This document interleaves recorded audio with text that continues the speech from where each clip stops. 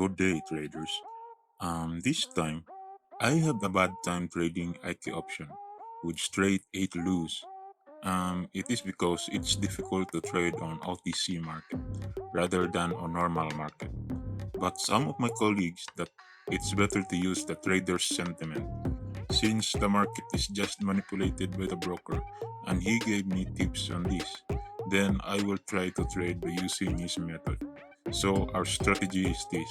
Whenever the trader's sentiment goes 75% up, whether it's a higher or a lower, then we will execute the trade as fast as possible.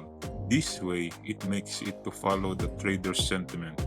Also, you can include another indicator to support the sentiment, like the moving average or the RSI. Be sure to like and subscribe to get latest strategy trading with binary options and other trading brokers. See the rest of the video on how do I execute the profitable strategy.